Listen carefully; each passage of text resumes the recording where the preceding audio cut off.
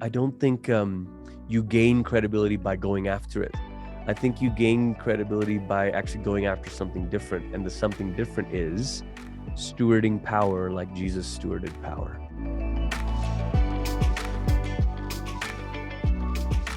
Hey, thanks so much for checking out this video.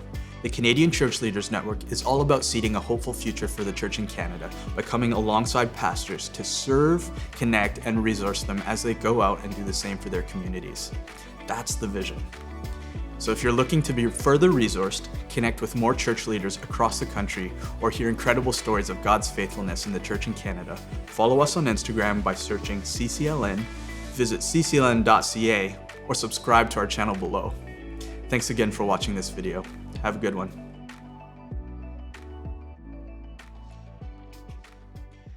Well, Glenn, it is so fun to be back with you. I love chatting with you, and I so appreciate you making time. How are you doing? Jason, so good to talk to you, man. I'm doing better now that I'm talking to you. I'm hanging in there like everyone else, but man, grateful to have this conversation today. Last time we chatted on this podcast was front end of the pandemic.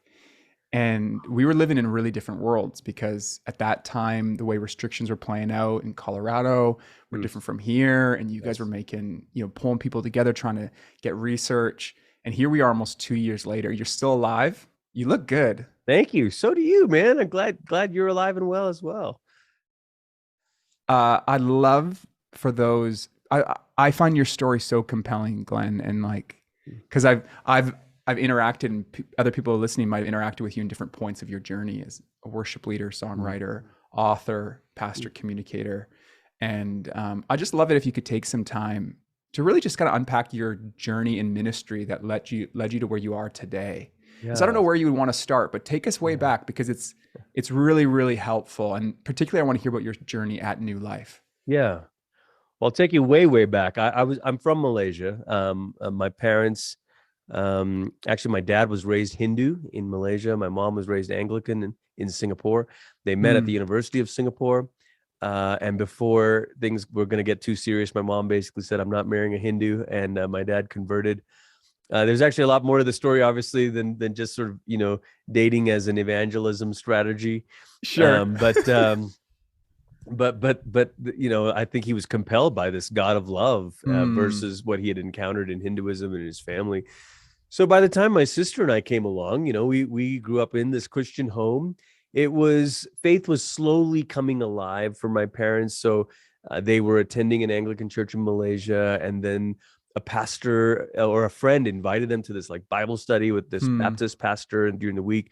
So they would do that. And then Sunday nights, they were trying to do this sort of spirit renewal thing that was sweeping the globe. This would have been the early 80s, so they're doing that. And at the time, the church didn't know what to do with that little group. And so they asked them all to leave, actually. So we ended up going to this non-denominational, probably as I think about it now, Pentecostal church. And that's what I grew up in. And then when I was 10, we moved to America. We moved to Portland, Oregon. What brought you guys over? My parents went to Bible college. They felt like the Lord was calling them into vocational ministry to be pastors. And so mid-career, total change of stuff. My dad was in the ad agency kind of world. My mom was a teacher. And they went to Bible school. My sister and I went to the Christian school that was connected to the church there.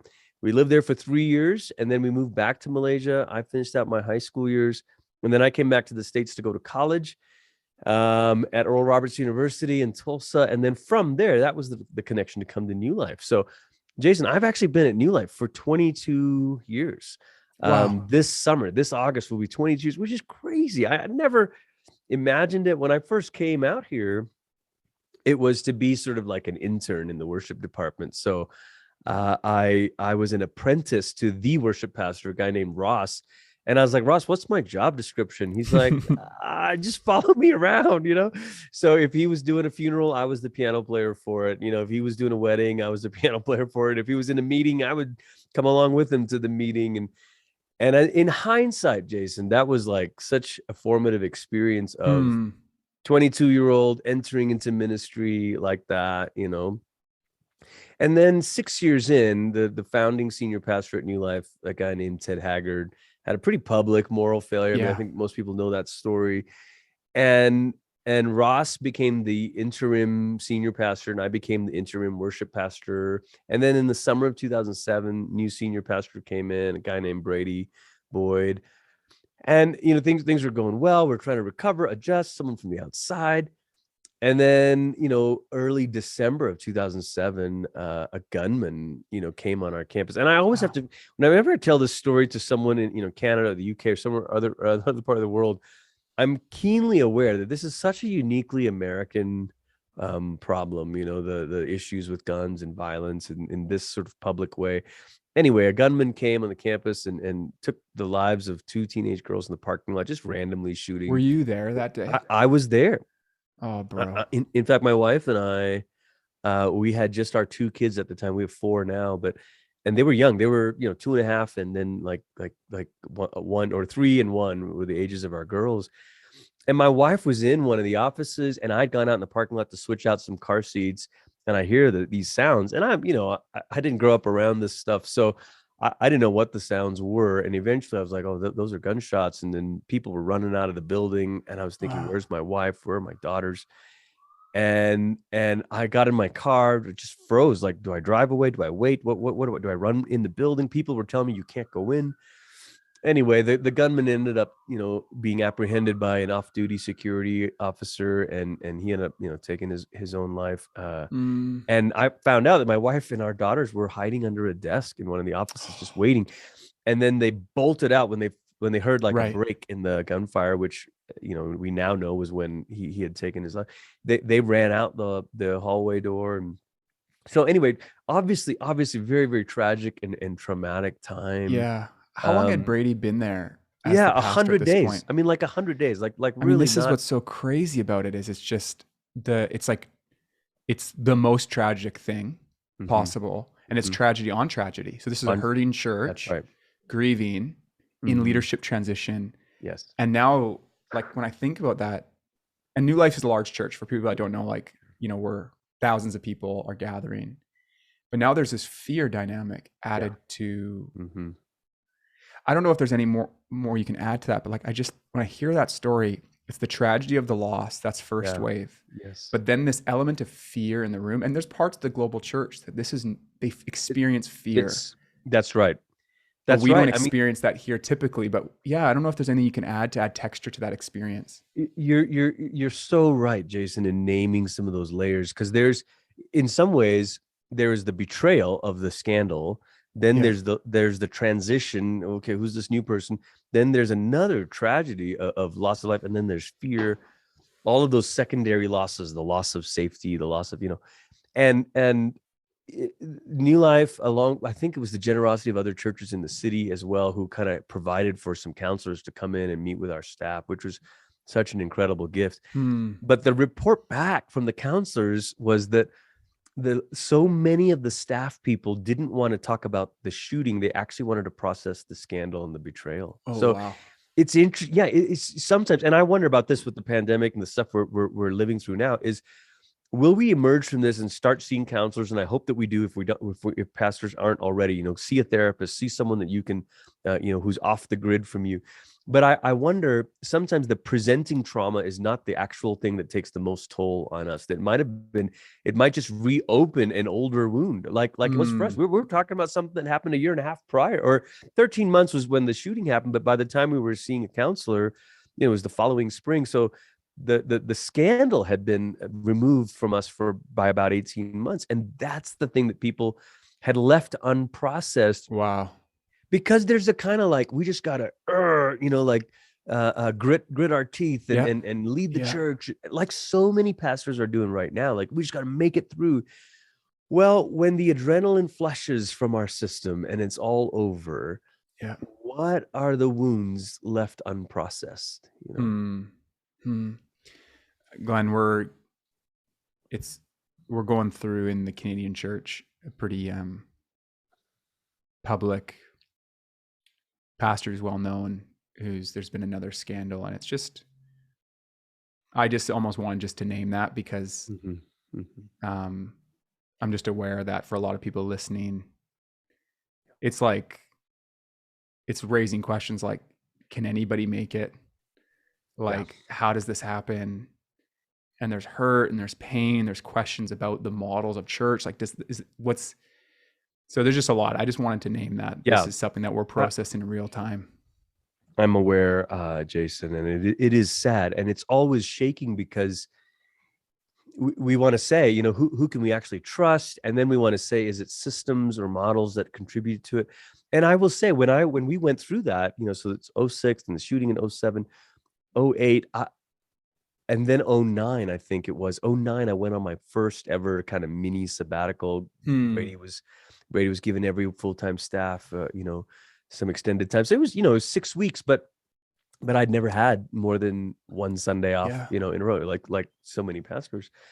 And I remember my wife and I were reading some books by Eugene Peterson, and someone had put it in our hands. You know, first we started, I think one of the first ones I read was Run with the Horses, his book on Jeremiah, and then it was Long Obedience, and then, you know, and then eventually we started reading his books on pastoral ministry, Under the Unpredictable Plant, Working the Angles, The Contemplative Pastor. And we're reading a couple of these books we were reading on our sabbatical, and I remember we were looking at each other like, who is this guy, and what kind of vision of church and pastoral work is this? So I do think when you go through times of shaking, it's a tender moment. It's a vulnerable moment. Whenever there is a revealing, that's a moment where you can say, okay, God, here we are, put us on the table. And very quickly it became, for so many of my colleagues and I, it was not about one person's sin, but about our own condition, you know? And I think the mistake we can make is to only spotlight someone else's kind of sin. It's, oh, how did they? And I get it. We do need accountability. We do have to name it, and we do have to, you know, that's important. And there's a parallel work of not just spotlighting, but searchlighting, allowing the Spirit to kind of put the searchlight on our own heart, and to say, not for like, oh, is that sin in you? Maybe or maybe not, but a searchlight in the more hidden ways. Like, what do you believe about success? What do you believe about value and significance? What do you believe about your own life? And for me, you know, I was right before I'd turned 30 was when all that stuff had happened. And so as I was turning 30, I was wrestling with questions of vocation and the trajectory of my own life. I'd started kind of in that worship ministry mode and was beginning to discern this call towards a teaching / lead pastoral kind of role. And I realized, man, I have some major idols of significance, and I have some major twisted views of what I think a pastor is and what I think the church is. So reading Eugene was like medicine, you know. It was like exactly the kind of medicine I needed. I find reading Eugene Peterson like medicine that sometimes tastes bad. Yeah, exactly. Do you know what I mean? Like, I'm a big fan.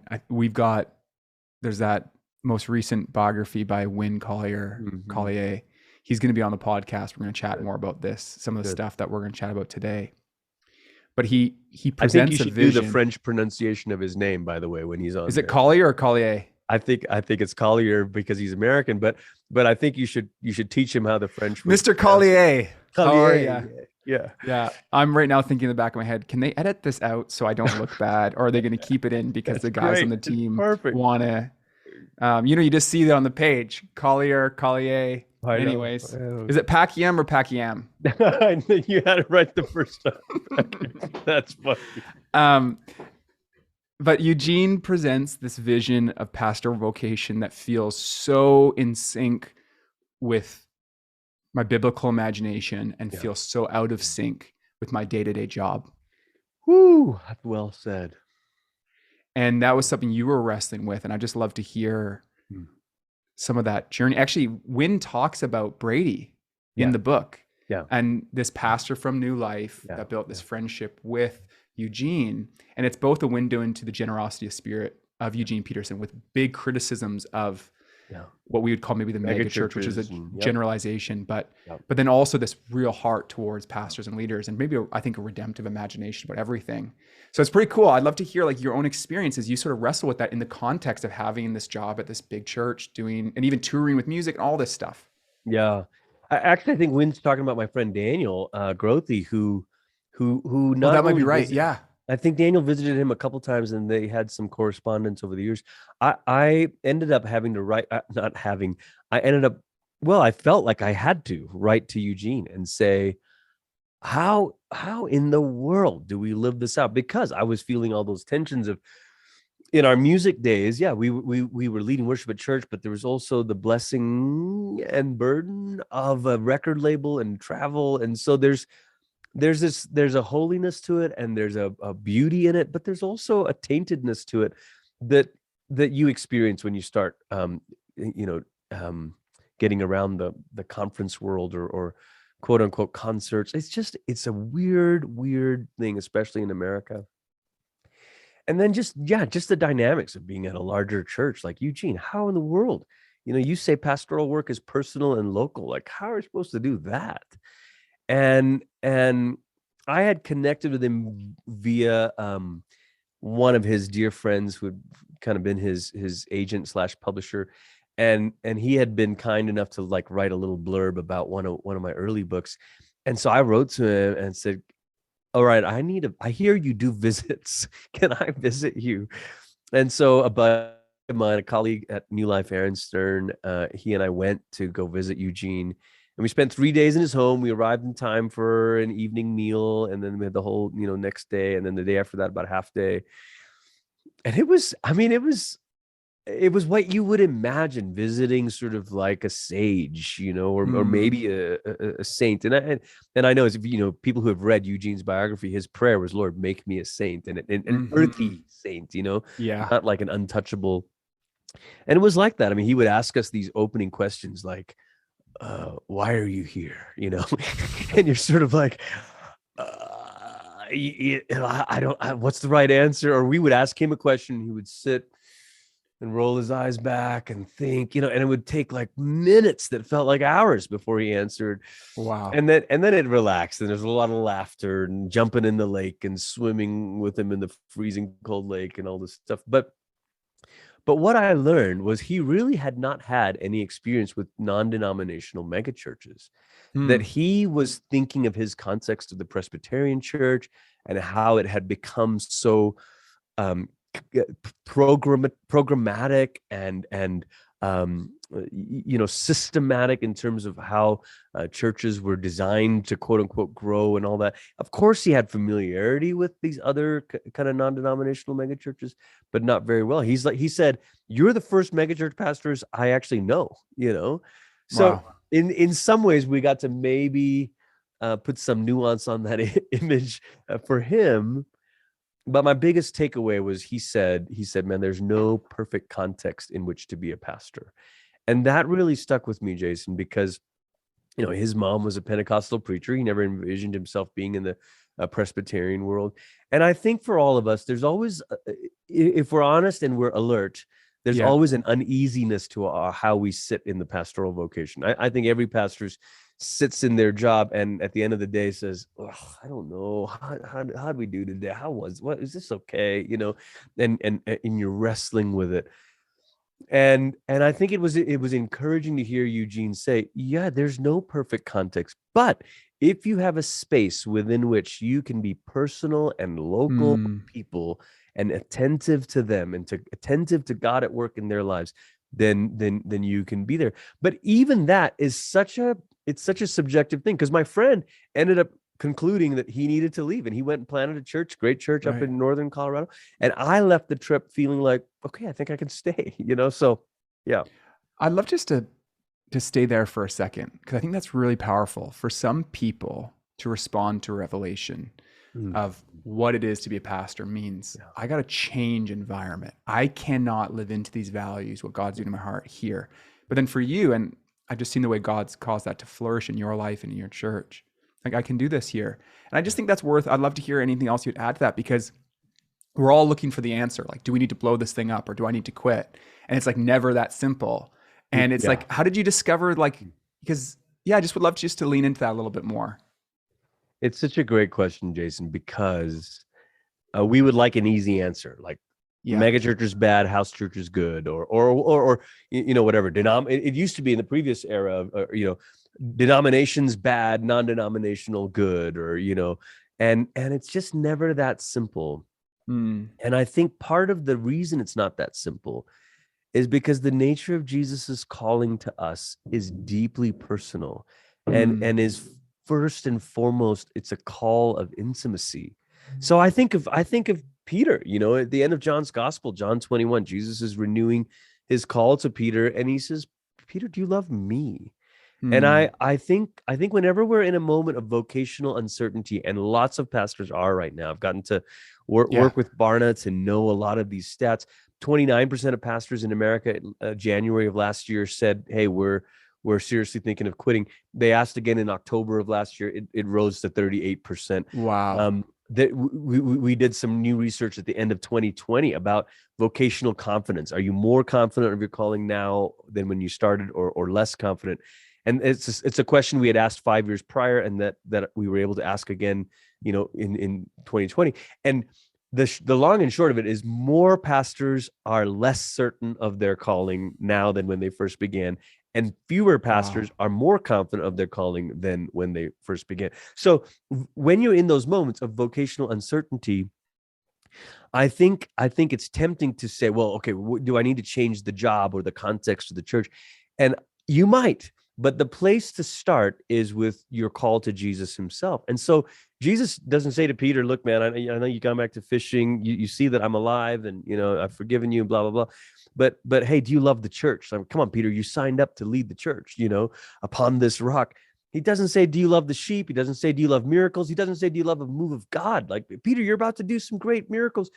He says, do you love me? And Mm. I think if we get that right, Jason, that our first calling, even as pastors and leaders, is to Christ himself, is to intimacy with Jesus, then we can say, we can hear Jesus say, okay, great. Now stay with me. We actually are going to make a change, or stay with me. We're going to work from within this system or this structure. And either way, so after Jesus does all this with Peter, he says, hey, what's happening with this disciple here? Is he gonna be alive, or whatever? And Jesus is all, what is that to you? You Right. follow me. And that's the issue for us. Whenever you come into seasons where your vocational confidence is shaken, we want to know, should I do that? I mean, look at them, they're doing that, or they moved on, or they decided to plant, or they maybe, but really, what is that to you? You follow Jesus, you stay with Jesus. I think it's an interesting conversation to have, because as more and more millennial leaders become pastors, and I'm going to make some generalizations here, there's tons of outliers, but not only are we in uncertain times where big questions are being asked about the church, about the structures and systems, both by the culture and within, there's also a generation who inherently are less likely to stay in one spot. So by very nature of our demographic, and I'm speaking as a millennial, it's like we have like lower loyalty, less of a vision to be in one spot for a long time, more freedom and flexibility, probably pros and cons in that. But if you think about those two things colliding at once, what it's a recipe for is a massive shift and a shifting of people. And I just think it's a really important time for myself. And maybe I'm just processing, mostly on this podcast, I'm just processing my own issues, and there's a lot of them. Is being like, what does it look like for me to be, well, hey, I'm going to make a sick transition here to your book. What does it look like for me to be a resilient pastor? And resilient in a number of ways. I didn't mean to do that, but then I just realized that is what I'm asking, is how do I be a resilient pastor? And also, how do I be a person who stays rooted? Doesn't mean I never switch whatever, because I don't want anyone to feel guilty for taking a job in that church. That just would be totally not the heart, but a rootedness, a rootedness in a place, in a people, and in a calling. I think you're absolutely right about the generational struggle with rootlessness, or because of technology and because we figured out, especially during the pandemic, that we can work from anywhere. Yeah. Let's move here. Let's move there. And that's okay. That may be the right thing, but I would want to say, discern those decisions by the right criteria. And the right criteria can never just be economics, and can never just be fulfillment or self-oriented. It has to also be about community, and it has to also be about, where can I be where is a place that is a place of contribution for me? So some reasons to leave are when it's not healthy and it is toxic, or you've maxed out your contribution. Some younger leaders will feel like, honestly, Glenn, like I don't have. And over the years, I've talked to people about my story and my decision to stay. But the truth is, I've been very lucky to have been given a way to keep contributing and to keep growing and to keep shaping and to keep helping to lead the church. Not everybody gets that. And sadly, there are a lot of leaders who are very controlling or very, very, even if it's, let's not make it a judgment. Let's just say their leadership style even might be to be less collaborative. Right. Okay. Well, then maybe you do need to move on.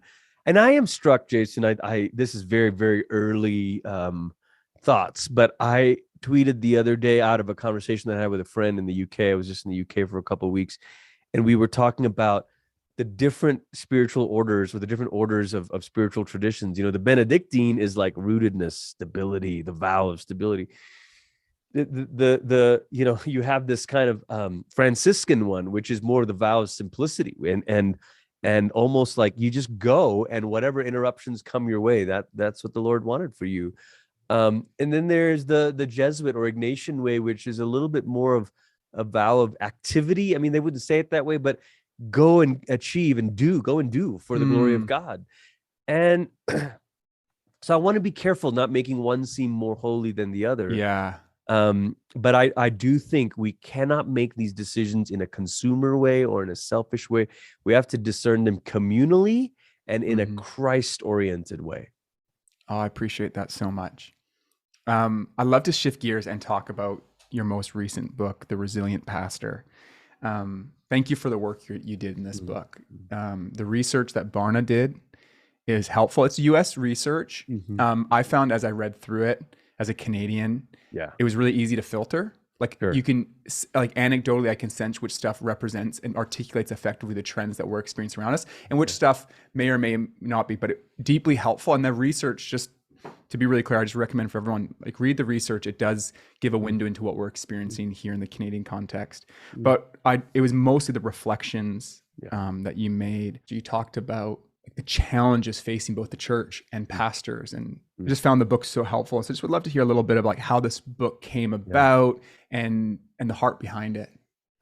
So David Kinnaman, the president of Barna, approached me a few weeks, I think, before the pandemic. And of course, we didn't know what was around the corner. And he said, would you like to partner with us to write a book about the challenges facing pastors in a changing world? And I was honored and excited about it, because I thought, man, this is great. The idea of pairing situational analysis with theological reflection is a model that I had learned in my doctoral work in the UK. And I got excited about it. And so I went to work sort of outlining, what I thought maybe these 8 challenges, some of them might be particular, but others of them, the majority of them of the 8 are kind of evergreen, throughout church history. And then the pandemic broke out and adjusted that list a little bit. And I thought, man, this is all of a sudden, one, I felt like the Lord tricked me into saying yes to a project that now had more weight than I realized. But also, in a sober way, felt like this could be for such a time as this sort of thing. And so I got to work with their research team to design questions that went out to pastors in the US in the fall of 2020, and then some general population questions that went out to, in the US. But I then followed it up with focus groups that I led with pastors in Canada and the US and in the UK. And in the book, all their names are changed and all that. But I just wanted to here's what we're hearing back via the survey instruments and that kind of research. But what about your stories, and what about your context? A little more, qualitative research. But even that, that is, maybe you call that part of the book the insight. But my goal was to pair insight with wisdom, and insight plus wisdom. And if that the data, the research, the insight is maybe 10-15% of each chapter, 20% at the most. The wisdom I'm culling, it's not wisdom I have to give. That wouldn't be a very good book.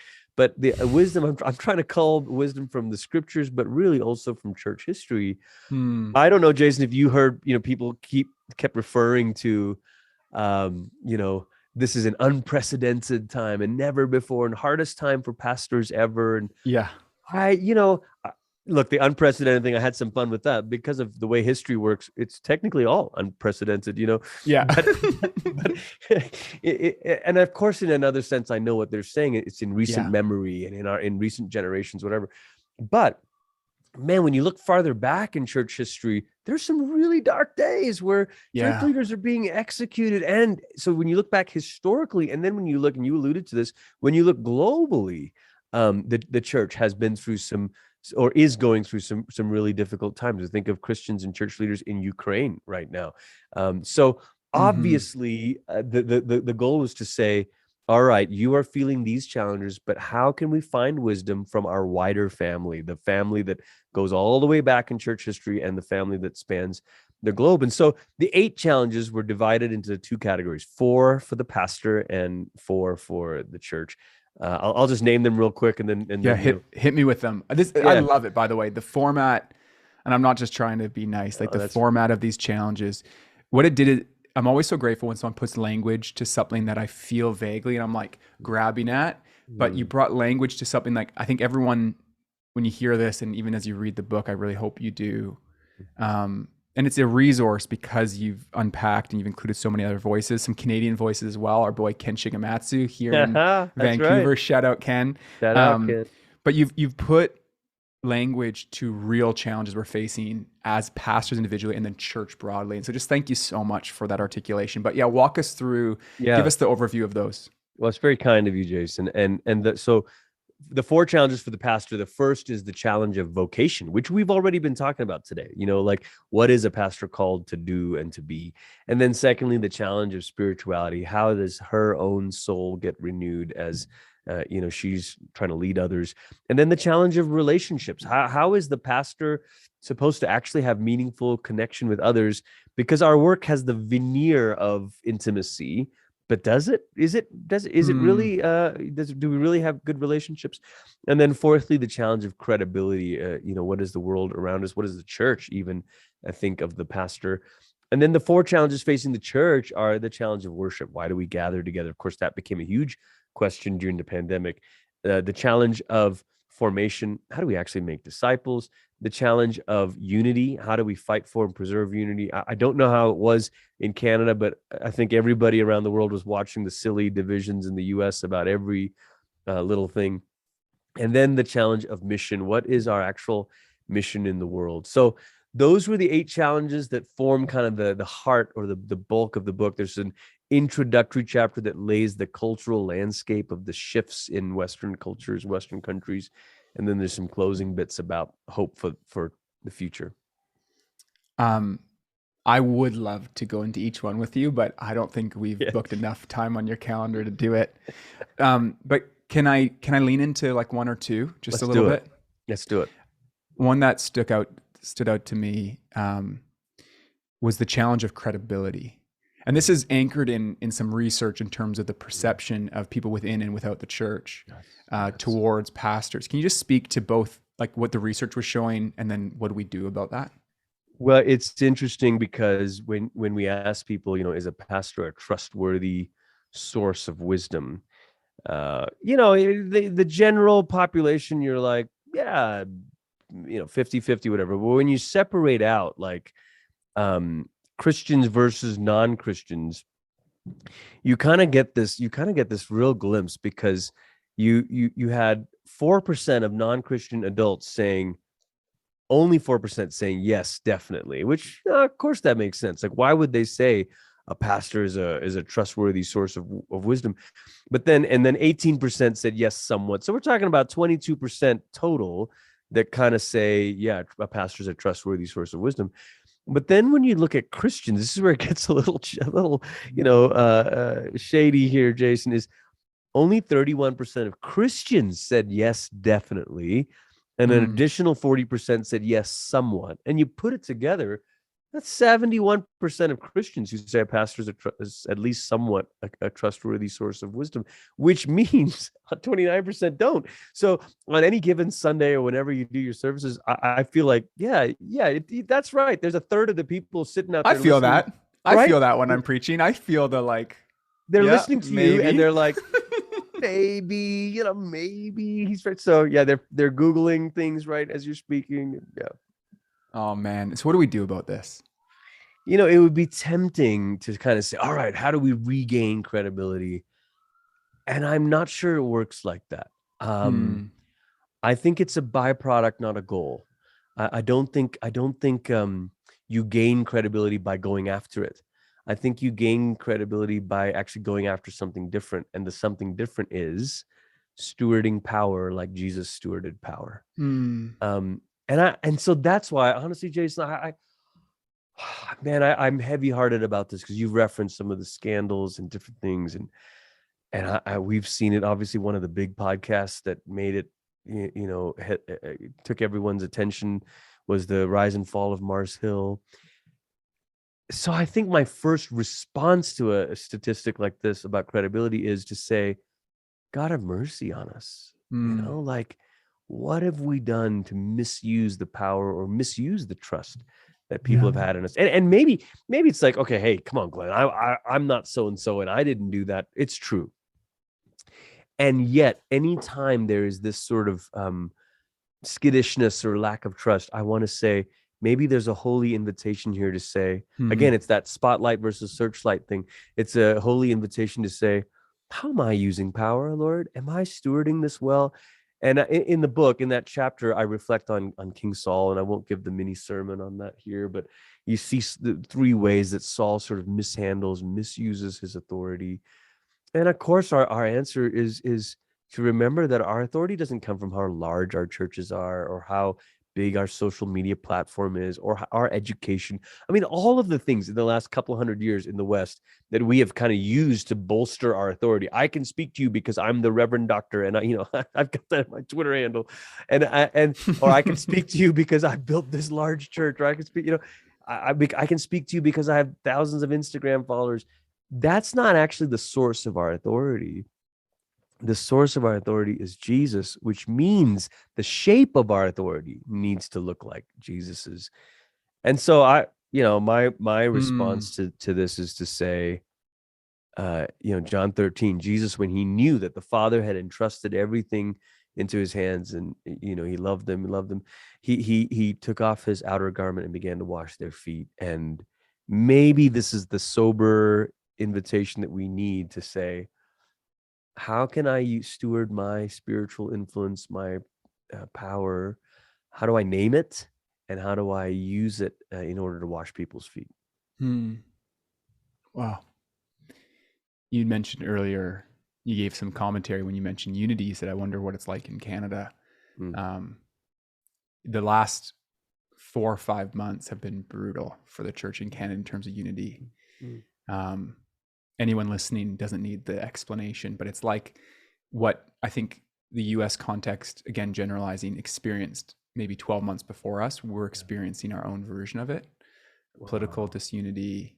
And this isn't always the case, but literally churches in the last 6 months that have gone through multiple splits even over political issues, mandates, and other things. So we're feeling it. And just to anyone listening, I just want you to know, you're not alone. If you're in despair, you're discouraged, you're heartbroken, you're not alone. And we're feeling that, and we're praying with you. We love your reflections, Glenn, on what do we do as pastors in this time where we experience cultural disunity in the world, but it's also breaking into and breaking up the church. The unity of the church is such an important part of the gospel itself. I've been so influenced, as you have, Jason, by people like Tom Wright, who talk about the gospel as this people who've been set right, who then join the work of setting things right in the world. But part of how we participate in that work of setting things right in the world is our own embodiment as a community of people that have been fit together, that a community that people should scratch their heads and say, how did these people all end up together? And the only answer should be Jesus, And so when we divide because of ethnicity or economics or politics, we are blaspheming the gospel. We are bringing shame to the gospel, because the gospel is announcing to the world, is supposed to be an announcement to the world, that in Jesus there is neither slave nor free, Jew nor Greek, male nor female. There is this radical community of difference. So the difference doesn't go away, but the division does, because our differences have been superseded by the redemption of Jesus, who makes us one. So what do we do? I think, and I've learned a lot from other people. Sandra Van Opstal wrote a book a few years ago about multicultural worship, and I think she named these words that I just thought, I've ever since I read them and heard her talk about it, it's really stuck with me. And she's a Latina who works with a congregation in a difficult economic part of Chicago, and she says, look, we have to have some movements, and she describes this movement of, you start with hospitality, where you are welcoming to people who are other than you or different than you. The biblical Greek word for hospitality is literally, right, welcoming the love of the stranger, the person who is to you strange, but just because they're not you. And so there's that. But then she says you move from hospitality to solidarity, which, if hospitality says you are welcome here, solidarity says, and I will stand with you. Now, I just want to pause and say, when the racial demonstrations and African Americans to voice their pain in the wake of the George Floyd stuff, and people were like, well, that's not true, that can't be true in America, or whatever. It was so heartbreaking to me, because we missed the moment of solidarity. It's one thing for, and let's just say it, it's one thing for a predominantly white church to say to an African American, oh, you are welcome here, hospitality, great. But will you show solidarity? Will you stand with them in their pain, even though it's not your pain? So that move from hospitality to solidarity. And then she talks about the third move is from solidarity to mutuality, where it's not patronage. It's not me helping you or you help, there's a genuine mutuality here. And Jason, those are great concepts. I still know that fleshing this out is messy. It's painful. It's costly. And so in some ways, the biblical answer to this in Philippians is, let this same mind be in you, which was in Christ Jesus. So there's a humility that makes unity possible. Wow. And so maybe the first answer for all of you pastors is, help your church embrace the humility that was in Jesus, so that we can then think about these moves of hospitality, solidarity, and mutuality that result in unity. I hate that. I mean, kind of love that they all rhyme, but I also hate that it might sound cheesy that way. But anyway, that's the reflection. Thank you for all that you've shared and written. What's giving you hope? This is where I kind of want to end. Yeah. Where are you finding personal strength in this season? And then as you sort of see the shifting landscape of the church, I know that you're looking at it with eyes of hope and redemption. Where are you seeing redemptive potential in life? The hope is in the historic and global church, because the Lord has helped us before. Churches have been on the edges of power before. And so there's hope there, and certainly around the world, there's a purity that is born of the adversity that people are experiencing. So those are encouraging things, but I think if I were to say a bit more, what gives me hope is the kind of collaboration that churches are embracing. Toward the end of the book, there's a chapter called the Collaborative Church. And I think that, about, by the way, I love that so much. Yeah, and I think about 3 layers of this collaboration. One is what I've called symbiotic influence, where charismatic churches are borrowing from the contemplative or historic practices, and historic churches are freshening up with new music or whatever it might be. There's a symbiotic influence where we're not just being tribalized about our practices, but we're enriching each other. And then there's another layer where more locally in the community, there's these missional partnerships. And I know you've seen this in Canada. Maybe you've been at this longer than we have in the US. Sometimes churches have tended to say we can do it all on our own, instead of saying, what about city networks? What about collaborating with other, churches or agencies for the sake of our own community? So these missional partnerships instead of reinventing the wheel. But then one click further down to zoom in even more is this idea of healthy teams in local churches. I love that you're doing this, Jason, at your church. I love that I hear so much, particularly from younger leaders, the desire to kind of shed the heroic individual pastor kind of model. One of the reasons so many pastors are exhausted is the impossible expectations of the role. Yeah. And maybe one answer to that is to tell people to not have such high expectations, maybe. But I think another part of the answer to that is to say, you know what, it takes a team. It's going to take different gifts. It's going to take different personalities. It's going to take women and men. It's going to take young and old. We're all going to need to be together to help shepherd the people of God. Hey, before you go, we want to let you know about a few things we do here at CCLN that might serve you as you lead yourself and others. First, we have a podcast. The Canadian Church Leaders Podcast features brand new episodes every 2 weeks, featuring conversations with church leader voices from across Canada and the world. We also send out a newsletter to our network every month that contains helpful resources and content that our team curates for pastoral ministry in the Canadian context. And if you're a senior pastor, or you're on the trajectory towards senior leadership in the Canadian church, we run a 2-year program called the Church Leaders Incubator, created for young pastors to strengthen their character and ministry for long-term effective senior leadership. You can find everything that you need at ccln.ca. There, you'll find ways to listen to our podcast, sign up for our newsletter, or learn more about the incubator. Lastly, if you or your church wants to partner with CCLN in our mission to lift up and serve pastors across Canada, we invite you to consider making a one-time or regular donation. You can do that or find out more at ccln.ca/partner. Thank you so much for watching this video. From myself and the CCLN team, we love you and we are cheering you on.